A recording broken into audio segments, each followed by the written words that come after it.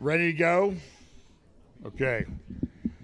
So I'm couple things.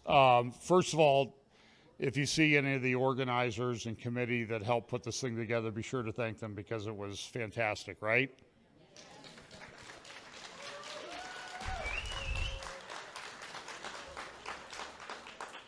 And I say that now, and I'm going to thank them publicly because I'm sure I'll forget afterward.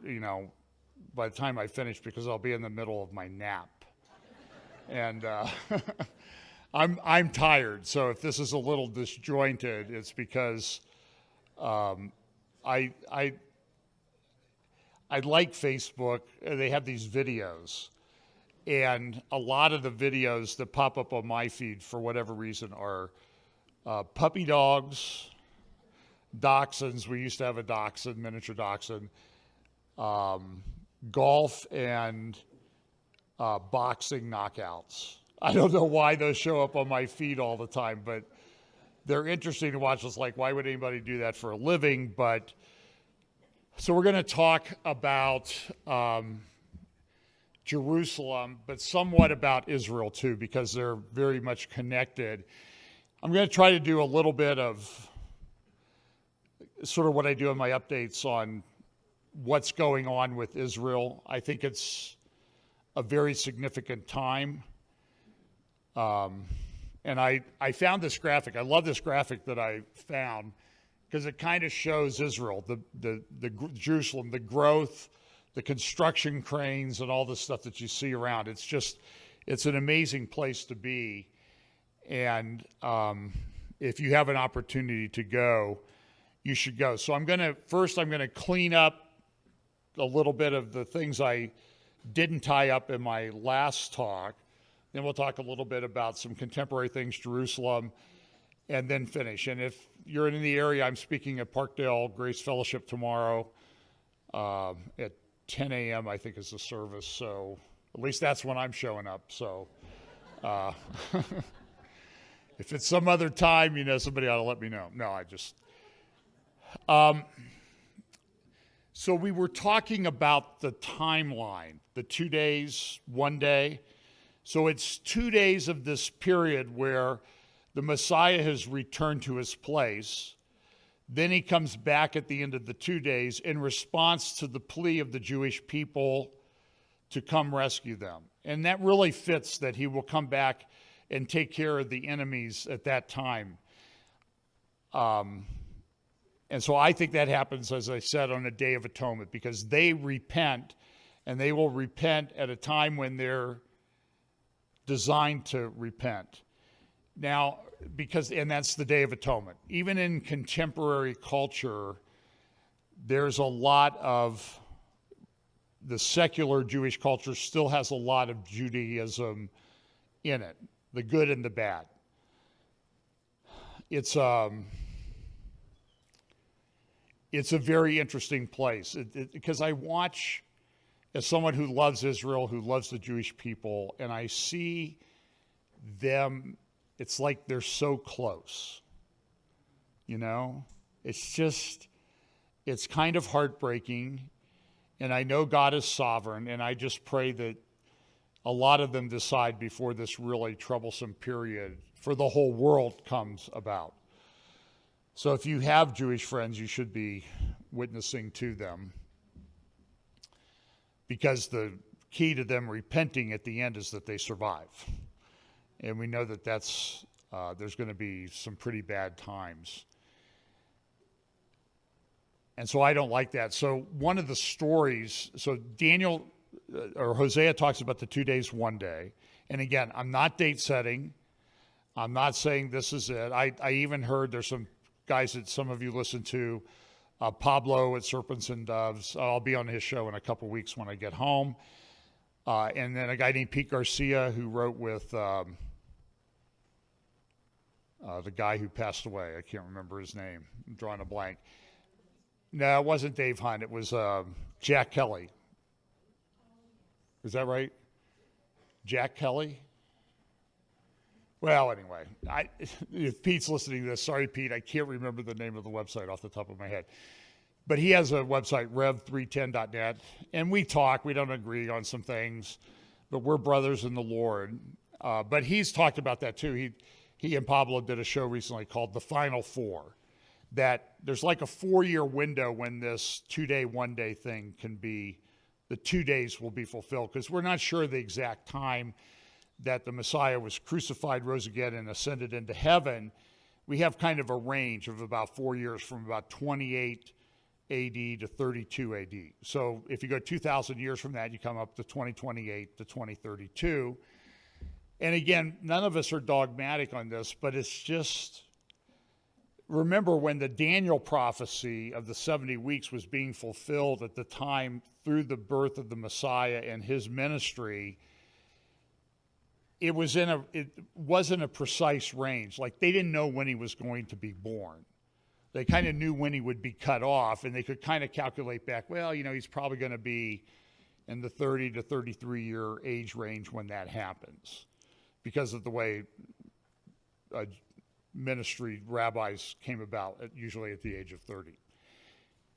So I want to clear up one thing, though, because there's some other things that happen that Daniel talks about. You can open to Daniel chapter 12, because I don't think I have it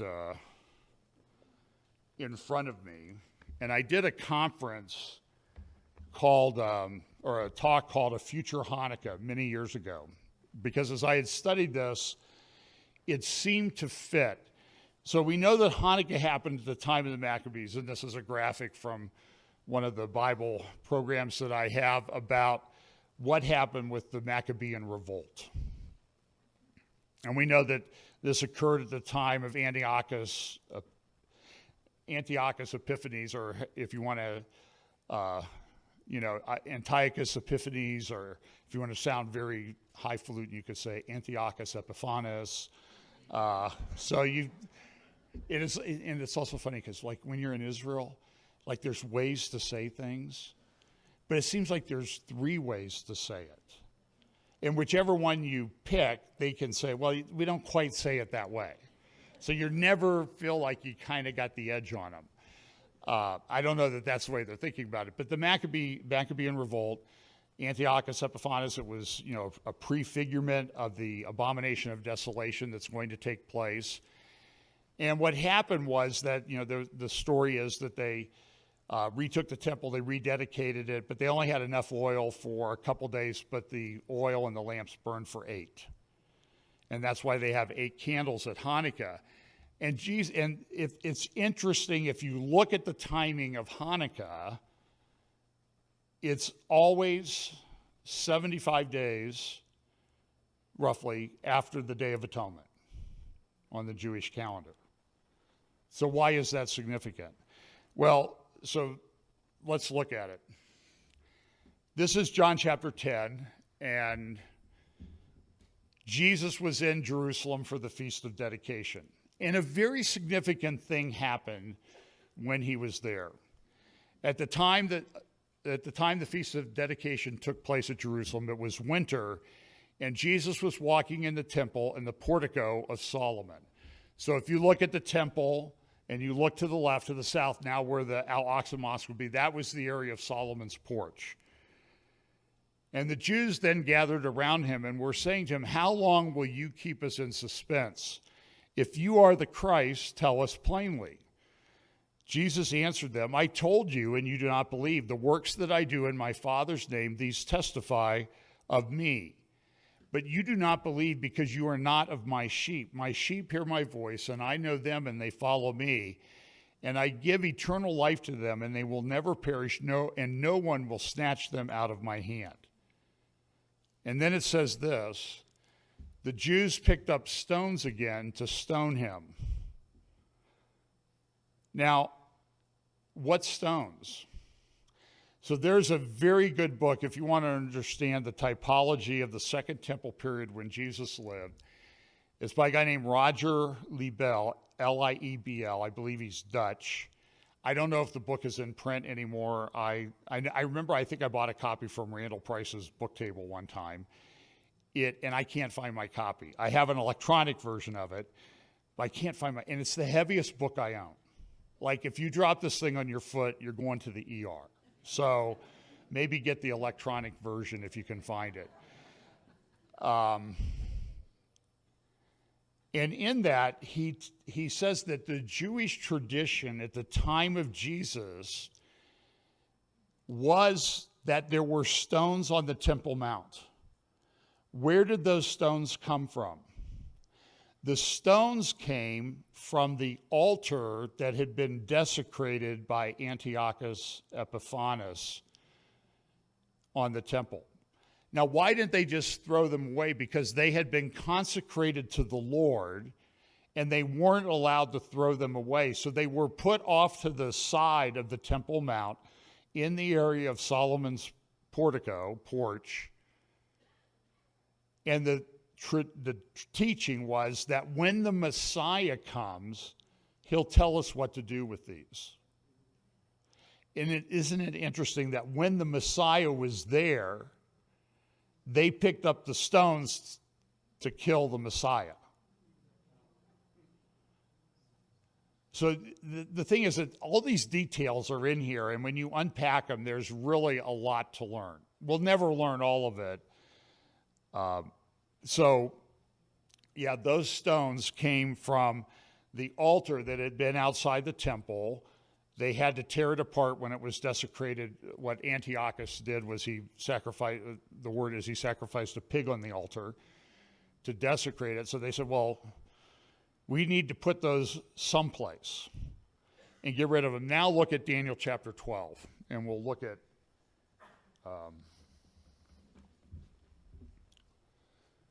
the end of the verse. Let's go to, verse 9, because this is one I quote all the time. Or start of verse 8. Although I heard, I did not understand. Then I said, my Lord, what shall be the end of these things? And he said, go your way, Daniel, for the words are closed up and sealed till the time of the end. Many shall be purified, made white, and refined, but the wicked should do wickedly, and none of the wicked shall understand, but the wise shall understand. Now here's the timing thing. And this is not talked about a lot. Some friends we met in Thunder Bay, he wanted to talk about it. So I talked about it last week, so I'm going to talk to you about it. And from the time that the daily sacrifice is taken away and the abomination of desolation is set up, there shall be 1,290 days. Blessed is he who waits and comes to the 1,335 days. But you go your way till the end, for you shall rest, and you will arise to your inheritance at the end of days. So Daniel, you don't need to worry about it. I got it covered. It's going to happen. You go to your rest, your death, and you'll be resurrected at the end. Great promise to Daniel. But what are we to make of this? So what we know is that with other scriptures, that the daily sacrifice will be reinstituted in a temple on the Temple Mount. And I'll talk a little bit about maybe the location of that in just a moment. But the sacrifice starts, and then in verse 11 it says, from the time that the daily sacrifice is stopped and the abomination of desolation takes place. So Jesus talked about that happening in the midst of the week. We always try to divide it, we divide it precisely in half, and maybe it's not exactly in half. I think it probably is. But there's two events. It's the stopping of the sacrifice and the abomination of desolation. It's like the Antichrist has made a triumphal statement. I let you guys stop it. Now I'm stopping it. I'm God. And that happens. And then that's 1,260 days from the end. And that's what Scripture tells us is the actual reign of the Antichrist, is that period of time. But then it tacks on, it says, 1,290 days and 1,335 days. So if you subtract those, 1,335 from 1260, you get 75 days. So you have a 30-day period and a 45-day period. And if I'm correct that the abomination of desolation takes place not the abomination of desolation, the return of Christ comes on a Day of Atonement, then you go 75 days.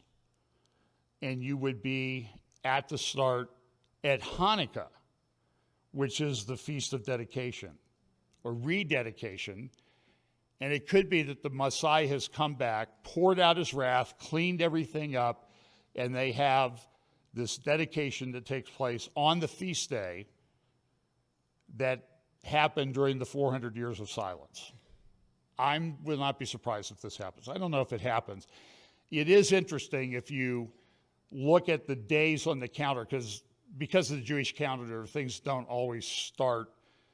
They don't have a calendar year like we do. They have a lunar calendar. So some years for example, when we were there in 2017, we went because it was the 50th anniversary of the Six-Day War. Well, that happened in June of 1967, but Yom Yerushalayim was on May 24th or 25th, which was celebration of the 50th anniversary of the end of the Six-Day War. So it didn't have anything related to our calendar. It was on their calendar. And it's their calendar. They can do with it whatever they want. But it does vary. But in 2030, which seems to be the best marker for this 2,000 years from the ascension of the Messiah, the 75-day period really lines up from the Day of Atonement to the beginning of Hanukkah. Better than it does in any other year. Now again, please, please, please, please, I'm not date setting. But I am telling you that if the pattern holds, there was a pattern that at the time of the Messiah's first coming, that, hey, we're in that period. We should be watching. And I'm suggesting to you that it looks like we're in that period and you should be watching and acting accordingly,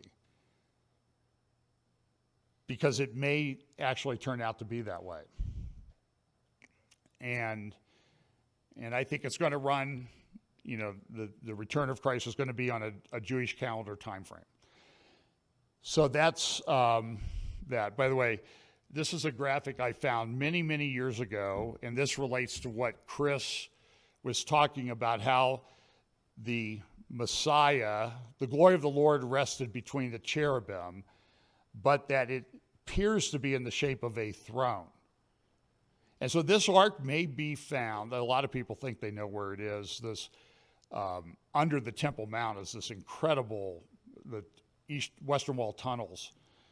Somebody shared a video with me of Eric Stackelback on The Watchmen, and he was down there walking, and he was like, this is incredible. And the archaeologist said, listen, what you see is the Western Wall Plaza, that magnificent wall that they have there.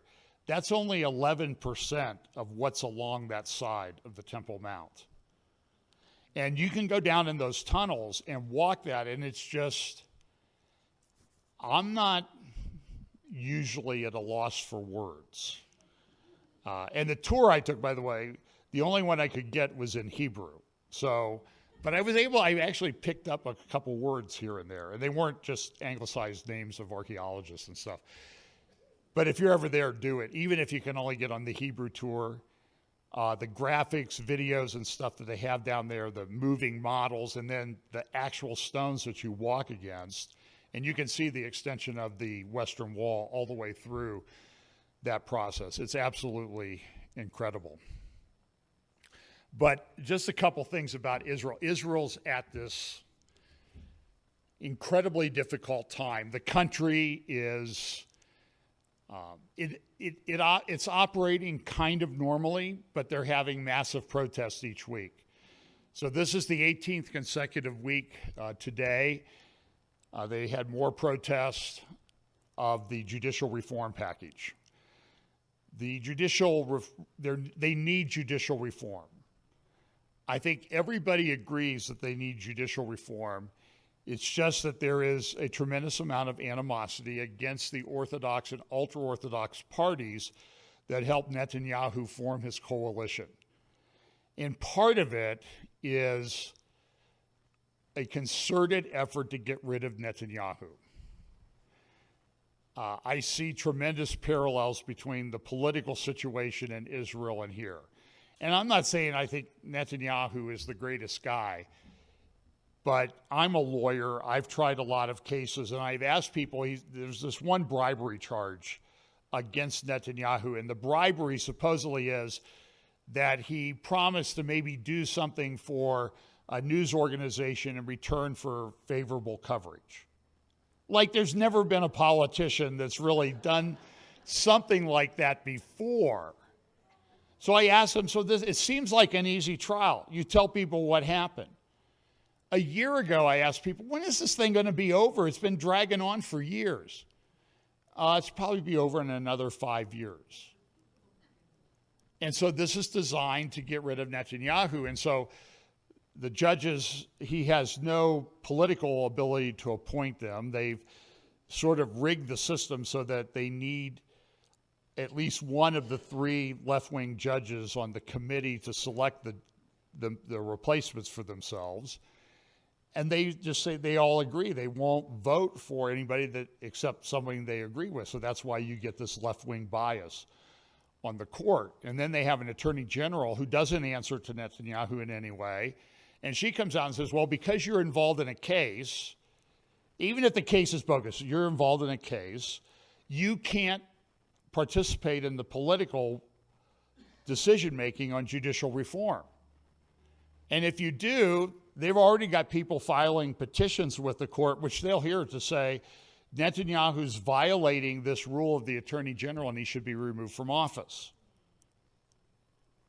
And we're going to remove him from office. And by the way, we are committed to democracy. It's insanity, okay? Now, I'll admit, I think some of the proposals, there's a little bit of overreach, but I think there's a way to compromise. But there's a very divided society and government. And in the United States, believe me, we have a very divided society and government. I assume that in Canada, that's also holding true. It's true in the UK. It's true in France, right? It's true in Italy. Everywhere you look, there's this turmoil. Unless you're one of the 5 criminal families that control China, they seem to have mastered how to control that situation as their country collapses demographically. The criminal families that really control the Chinese Communist Party probably are wealthy, control more wealth than the Saudis' royal family. It's a pretty amazing thing, and it's not really talked about that much. So the world is in turmoil. One of the big elections that are coming up is an election of this guy. Now, many years ago, I became friends with Chuck Missler, and I was at a conference in Phoenix, and we went over to the church.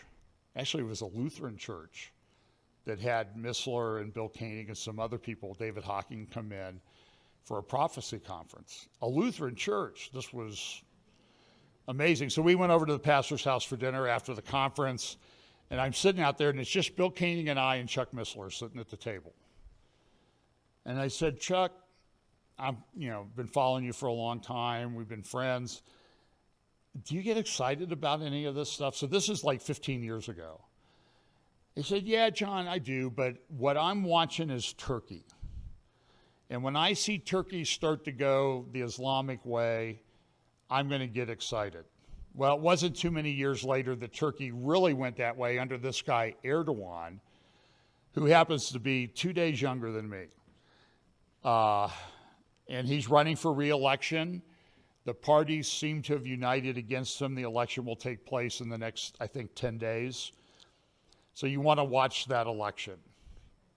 This is Erdogan, who is incredibly arrogant. And he went into the Hagia Sophia in Istanbul a couple of years ago, and he turned it into a mosque. The Hagia Sophia has stood there for 1,000 years or more, maybe 1,500 years. It's the largest church in Christendom, and we can argue about whether the Orthodoxy takes them out of Christianity, what we would consider Christianity, but in their mind, that's the biggest church in Christianity, and he conquered it. It was a museum, and it's now a mosque. And this is the place where Pope Francis went and prayed. What's up with him? Well, I've done some talks on that. But so watch what's going on in Turkey, because it's very significant. And understand that Turkey controls water in the Middle East. There was a Turkish leader before Erdogan. The Arabs were saying, well, you guys have all that water, but we have oil. And the Turkish leader said, well, then fine, drink your oil. We'll drink our water. But they've shut down, they're building these massive dams in Turkey that's essentially cutting off the flow of the Tigris and Euphrates River, which makes it possible. It hasn't been fulfilled yet. Be careful when people say, oh, look, the Euphrates is starting up, that fulfills Revelation prophecy. No, not yet. Don't jump the gun. Just calm down. It's going to happen. But now there's a physical reason that it can happen. And the delta down in southern Iraq is drying up, major drought, economic devastation down there, all through Iraq. But then there's also the concern that some of these dams could break loose and there would be a horrible flood. Remember when ISIS took over the dam north of Mosul, ancient Nineveh? Might have read about that city in the Bible. They were concerned that the dam would collapse because ISIS wouldn't know how to take care of it. Well, that concern is still there. It's just that ISIS doesn't control it anymore. And what did we have recently in Turkey? We had 2 massive earthquakes really back to back. There's a Chinese study that came out that I was reading about last week. And it said, now, understand, so we live at this time, and one of the things Jesus said there would be earthquakes, right? And maybe really big earthquakes. So we're going to Yellowstone, in about next week. So that's like the most active earthquake potential region in the world. And it would wipe out the United States if it ever cut loose. So just, let's get home at least and unpack, and then it can go. We can get our pictures and post them on Facebook and everything. So, but in Turkey, those earthquakes, the Chinese concluded, even though they weren't the highest number on the Richter scale, that because of how they happened and the force generated by the earthquakes, that they were the 2 most powerful earthquakes on land ever recorded in human history. And so I'm thinking, whoa. That's the American term for wow, or when. So pay attention to Turkey. It's very important. It's mentioned in Ezekiel chapter 38. And you see this alignment forming with Turkey, Iran, Russia, Saudi Arabia. Now they're trying to get the Saudis in. They have a normalization agreement with Iran. Raisi, the president of Iran, was in Damascus this week meeting with Assad and Hamas and Hezbollah because they sponsor them. And there's also this, and they're trying to keep the Saudis under check, is my opinion. Sudan is falling apart. Sudan had the audacity to come in and sign the Abraham Accords to normalize things with Israel. Now, and I'm supremely confident that when the history is written or known, that you will find that the turmoil in Sudan is being fomented by Russia and Iran to keep the Saudis in check. Sort of a message. If you guys, Saudis, if you mess up, your regime is going down. And the Saudis don't really want that to happen, the Saudi family. And they're all interconnected. One of the Saudi, the Jordan used to control Mecca, and then they got sent out by the Saudis, so the Brits gave them Jordan and Iraq to rule. Well, they lost Iraq eventually. One of the princesses and the half-sister of King Abdullah II, she's married to one of the important sheiks in the United Arab Emirates. Well, she was married. She was his 6th wife, And just, this is sort of free advice. Guys, it's always the sixth wife that causes you problems. So she went to London, filed for divorce, and she just got like an $800 million divorce settlement. And you see King Abdullah, they always act like the Jordanians are poor. I did some research last year. I think I have it on pretty good authority. I could be wrong, and King Abdullah, you can call me up and tell me I'm wrong, because there's some things I want to talk to you about anyway, about your view of the holy sites. Why do you never say Jewish holy sites? You only ever say Muslim and Christian holy sites. But that his family may make anywhere from $1 to $2 billion in profit per year on their stock portfolio. And yet the Palestinians in Jordan live in abject squalor in refugee camps and really can't participate in society. They can't vote. They can vote in Israel, but not in Jordan and not in Damascus. A few years ago, I went to Christ at the Checkpoint conference when it was in Oklahoma, which is a pro-Palestinian hate fest. And I sat there at dinner table. Across from me were two pastors from Colorado who wore that Palestinian thing, and they were married guys. And then a Muslim doctor sat down next to me. He was the featured speaker that evening, the keynote speaker, and he kept asking me questions like, are those bacon bits and the mashed potatoes? I said, no, they just mashed the potatoes with the skins on. But he didn't believe me. But his daughters, a couple of his daughters and niece, it was 3 or 4 of them, had been killed in a rocket exchange in Gaza. And he's an oncologist. He now lives in Toronto. And he said, and I've researched the story. It appears to be true. But we don't know whether the rocket was a rocket launch from Gaza that didn't quite make it. Because a lot of that happens a lot. And sometimes they make it into Israel. So they don't know where they're going anyway. On the media summit, we went down to Gaza to a kibbutz that's right on the Gaza border. I mean, it was like, there's the fence over there about half a kilometer away. And they've had people tunnel underneath, and they took us to a place, here's where a rocket hit, killed 2 people, and another guy lost his legs. And then we went to hear him speak. He's the mayor of the region down there. And they say we have 10 seconds. When we get the siren or notice, we have 10 seconds to get to our safe room. Now, where we went to the community center for dinner where this guy who lost his legs spoke, they said, well, we're better. We have 15 seconds.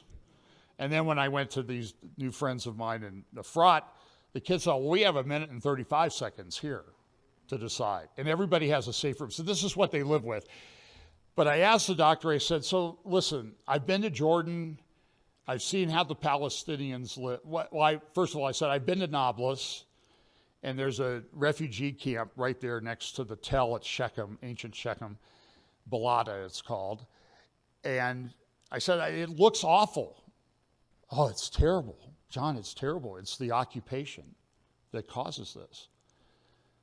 I go, but next door to the refugee camp are new apartment buildings that look pretty nice, and there's some nice homes. And like you go up to I and Bethel, and it's like Beverly Hills around these Palestinian neighborhoods, although there's nobody there. They've taken the money and built these homes, and now they're in America, living where it's nice, because it's not so nice there. But that's another whole story. But I said, well, why don't you build? We can't because of the occupation, John. Well, nobody stopped you from building those new apartment buildings. Why don't you just build some more? And they keep these people in squalor and that type of thing as political pawns. And I said, well, okay, so if I grant you that, I'm not the best lawyer in the world, but never argue with a lawyer unless you're prepared. And I was ready for this guy. So I said, I go to Jordan, I see the same refugee camps. I see pictures of Yarmouk, which is, a mile from downtown Damascus, one of the most densely populated, horrible places on the planet. Go look it up, Yarmouk. And the Palestinians are kept there. So what's up with that? Oh, it's the occupation. I said, they're not occupying that. Come on. And he had no answer. He was trained to say occupation. So you need to engage these ideas is what I'm trying to say. This is also, I know Jonathan Spire, this is an article that he wrote, is Israel facing the Iranian threat on its own? And it's a very important article. It's in Friday's Jerusalem Post, yesterday's Jerusalem Post. You can get it online. This is a big problem in Israel. Israel has relied largely on allies to support it because they're, 8, 9, 10 million people, and they're up against a lot of Arabs that hate them, a lot of Muslims and Arabs that hate them. And what are they going to do? Well, for many years, the United States has had a huge weapons store in Israel that Israel was going to be able to use, and now that's in Ukraine. And that's gone. Israel's having trouble with producing Iron Dome rockets. Each of those rockets that you see shot off to knock down these rockets that they build for a couple $1,000s and shoot, it's a $50,000 to $100,000 to shoot them down. Israel's trying to develop lasers, but they're not effective yet, except at very short distances. They have a big problem. I've been meeting with over the last year a man named General Amir Avivi. He started an organization called the Israeli Defense and Security Forum. You can get on their email list, and they have regular webinars that are free that you can sign up for and watch on Zoom or watch the replay. And I talked to Amir when we were in Israel. He did probably one of the most popular panels at the Media Summit. And they talked about the Iranian threat, and that's where Israel's unified. They have a major problem. Because they could, they have somewhere around 200 to 250,000 rockets in Lebanon. That would overwhelm Iron Dome. In fact, if they fired rockets at the rate that the Russians are firing rockets and artillery and Ukraine, Hezbollah would run out of its 250,000 rockets in about 3 days. That'll give you some level of idea of what's going on in Ukraine. But that many rockets would completely deplete everything that Iron Dome has in a few days. Now, so the question then becomes, is Israel going to strike first? It would be helpful if they had more air refuelers, jet air refuelers. They get those from the U.S., so they've been told, you can kind of get on the list to get more refuelers about 2025 to 2028.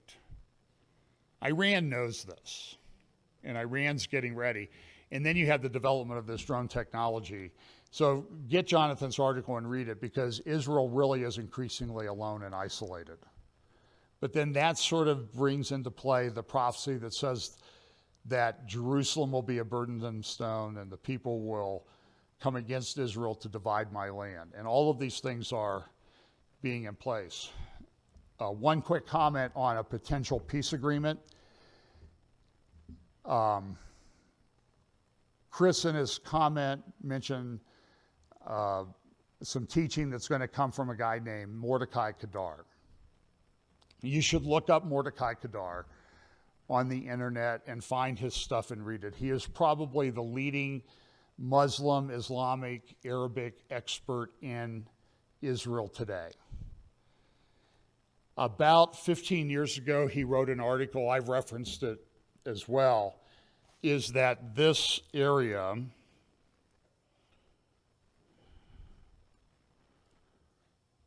the Temple Mount, this whole area there, that sort of rectangular enclosure, the Muslims now call that Al-Aqsa. But the only place that's Al-Aqsa is to the left of the Dome of the Rock, that Muslim building there, the mosque.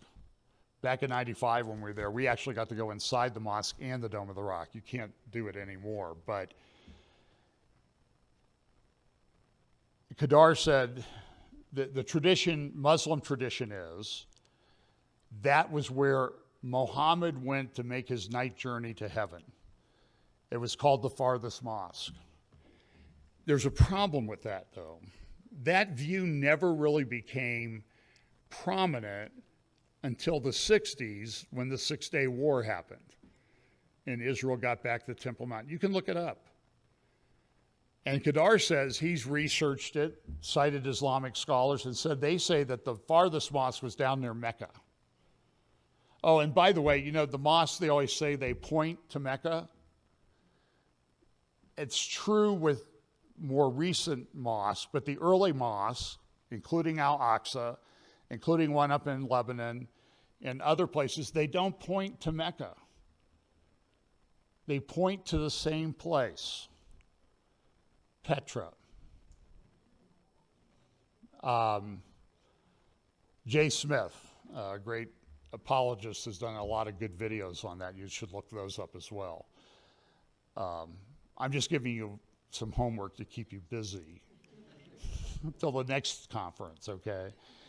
But in 1924, there was a publication by the Muslim Bloc that was the person who was given control of the Temple Mount when the British Army defeated the Ottoman Turks in 1917. They appointed a Muslim guy over the Temple Mount, and now he's under the control of the Jordanian monarchy, which is having a lot of internal problems and pressures. It really seems to be some days on the verge of collapse. But in 1924, the Waqf, this Muslim agency, published a publication. You can get a copy of it. I have a reprint of it. And what it says in there, now this is where they say this is all Muslim, right? In that, page 8, it says that this is the place where Solomon's temple stood cannot be questioned. 100 years ago, that's what they said. Now, we didn't say that. Can you prove? Well, we have the publication. Yeah, but we don't believe that. And it's total, complete Islamic propaganda. So Kedar wrote an article, and last year, or 2 years ago, interestingly, a journalist associated with the Saudi royal family wrote, and he would not have done this without approval, he wrote the exact same thing in a publication in Arabic newspapers that has nothing to do with Muhammad. It's not really an Islamic site, just from the time of Muhammad. They say it's Islamic now because we conquered it. So pay attention to that. There's going to be a temple. There's just some speculation on a temple. Of course, you see the Dome of the Rock in the middle, Al-Aqsa to the south, and the traditional is that that they call the Al-Aqsa Haram al-Sharif, Dome of the Rock, Al-Aqsa, and then this thing here, the Al-Qas fountain in the middle. I'll explain why that's important. So there are different views of where the temple will be. Some say that it's from the eastern gate. You draw a straight line to the Dome of the Tablets, and so that the temple would have been either over the Dome of the Rock, or it would have been to the north in that area. And so there are different views as to where this temple will be rebuilt. What's interesting about that, though, is if you look at that area, it's pretty open. And I tried to get these 3D graphics to scale, and the temple would fit there pretty easily. Now, there's one other view with the Al-Qas fountain that the temple was actually there. That's the southern view, and it still would fit. And we see the verse in Revelations where it says, John, don't measure the outer court. That's given over to the Gentiles until the time of the Gentiles be fulfilled. Does that relate to this? I think it does. But I still think it's the Dome of the Rock. Something's going to happen to that, and they're going to build a temple. Maybe somebody comes in, I'll make peace for everybody. We're going to put a temple up there. That's an old building, and you don't need it there. There's a temple complex up in Lebanon and Baalbek that the Romans built. And if you this is a sort of a 3D graphic of the remains of that temple. If you take that and you put it on the Temple Mount at the right size, you can see that the Dome of the Rock is 8-sided. The Roman temple that was there was 6-sided. the one here on the right, and then you have in the middle. And in the middle, though, you have where the Alcaz fountain is, there's a Roman statue of the emperor. That's why people who adopt the Alcaz fountain say, well, they would put a Roman statue over the Holy of Holies to make the statement, just like the Muslims make the statement, we're building a mosque here because we conquered you. When you drive out of Jerusalem, I've mentioned this, you will see a place called Gibeah, and at Gibeah you have an unfinished steel structure. What does that mean? King Hussein of Jordan, the father of the current king, was building his palace there. The Six-Day War happened, and the palace stopped, and the steel superstructure there has now stood for 56 years. But why did he build it there? What was Gibeah? Look up Gibeah, and Gibeah was the capital of the tribe of Benjamin. Where did Israel's first king come from? Saul, from the tribe of Benjamin. And it was a statement, we conquered you, we built our palace on top of your first king. That's how powerful we are. That's very tribal thinking, and that's the way it's going. So let me finish with this. This is a video that came out by the Temple Institute about 6 or 7 years ago. And I just want you to watch this because this is the expectation of a lot of religious Jews about the temple. I think it's called The Children Are Ready.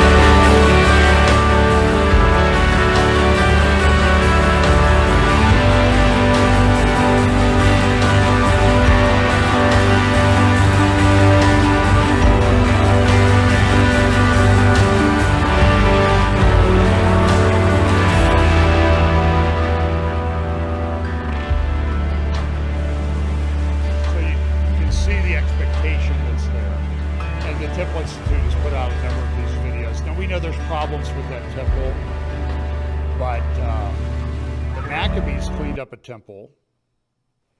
Maybe Jesus cleans one up when he comes back. And we know the Ezekiel temple will be renovated and built. So listen, we live at very interesting times. Thank you for your time. Get ready, okay? Thanks.